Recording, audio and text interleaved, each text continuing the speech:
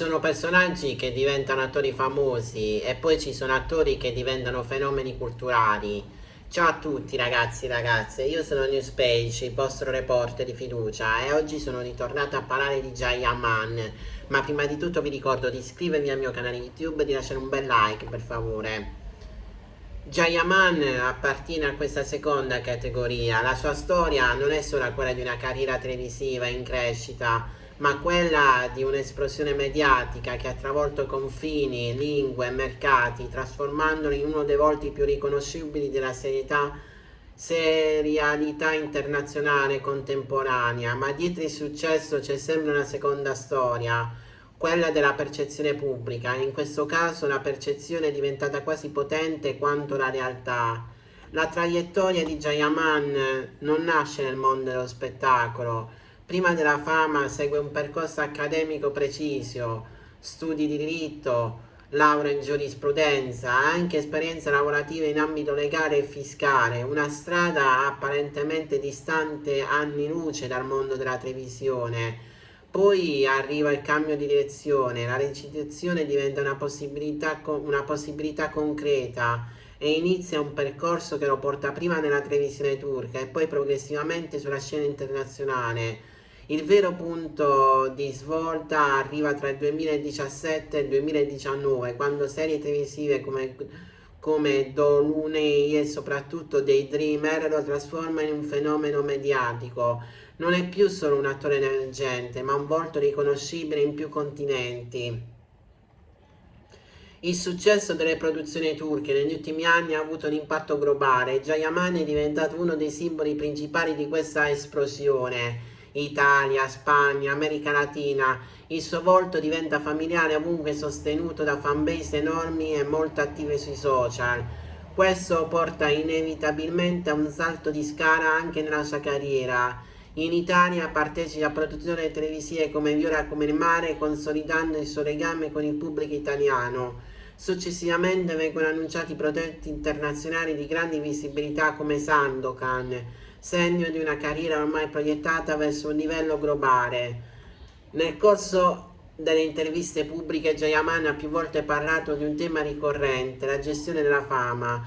Non è mai stato un personaggio neutro dal punto di vista mediatico, la sua immagine è sempre stata molto forte, molto riconoscibile, ma anche molto discussa. Da un lato viene raccontato come un professionista determinato, disciplinato sul lavoro e molto focalizzato sulla carriera internazionale. Dall'altro è costantemente al centro dell'attenzione mediatica, dove ogni sua apparizione pubblica diventa notizia. Questa doppia lettura ha creato nel tempo una figura complessa, non solo attore, ma personaggio mediatico a tutto tondo. Uno degli aspetti più analizzati della sua immagine pubblica riguarda la vita sentimentale. La relazione con la conduttrice televisiva Diretta Leotta è stata una delle più seguite dai media italiani. La loro storia ha avuto una forte esposizione pubblica, con apparizioni ufficiali e grande attenzione da parte del mondo del gossip. La relazione si è poi conclusa nel 2021, come riportato ampiamente nella stampa. Dopo questa fase il nome di Jayaman è stato spesso associato a diverse voci e speculazioni tipiche del mondo dello spettacolo, ma molte di queste non hanno mai trovato conferme ufficiali dirette. Nel 2025 invece diventa pubblica la relazione con la DJ artista Sara Bruma. La loro apparizione insieme sul red carpet dell'Italian Global Serie Festival segna la conferma ufficiale del legame agli occhi dei media.